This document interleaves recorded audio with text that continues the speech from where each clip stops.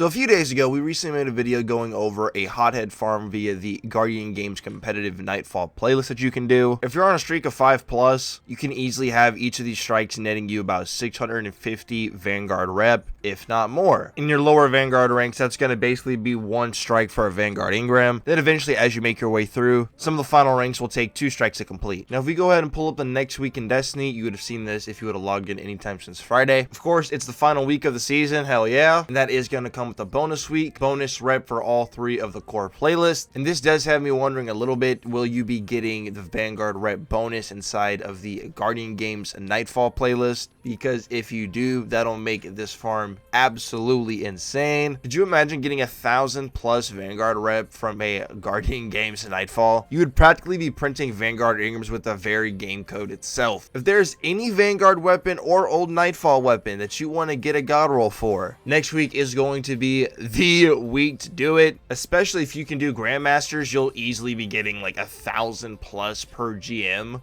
And then, of course, if you can't, you can solo farm the Guardian Games Nightfall or the regular Nightfall. And next week, the regular Nightfall is going to be the reprised Lake of Shadows. Not the biggest fan of this reprise strike, but it is next week's Nightfall. For most people in the community, this means more hothead farming. At this point, I'm so tired of talking about this rocket launcher and its perk pool, so I'm just going to put it up on screen. You guys know what makes a good rocket and what's good on a hothead. Especially if you watch multiple of these videos, bro, you're good. You know. Another thing that we do have next week is going to be King's Fall in the Pinnacle rotator spot, meaning if you want to go ahead and get yourself an Oryx checkpoint next week and farm for your Touch of Malice if you haven't gotten it already, then that is also on the table. King's Fall also has some decent legendary weapons as well, but nothing overwhelmingly worth farming for. Now, the last little thing that I want to talk about is that the Grasp of Avarice dungeon is going to be in the Pinnacle slot, and I can't confirm personally, but I've heard that this is like the new Artifice armor juicer spot. So I would at least like to make you aware that we might have a pretty good Artifice armor farm next week as well if you are in need of the best armor in the game. Now, like I said, I haven't ran any Master Grasp of Avarice this season, so I can't confirm and let you know right now, hey, we have an Omega good Artifice armor farm next week, but I'm at least giving y'all a heads up that the potential for the armor farm next week. When Tuesday rolls around, I definitely want to try it for myself, and if it's what people are saying it is, then I will let you guys know with a separate video. But that is going to just about wrap up the video. I swear the end parts of seasons are like the most dry parts of making content for this game, so thank you for bearing with me. I greatly appreciate it, man. Hope you all enjoyed the video. Be safe out there, and we'll see you on the next one.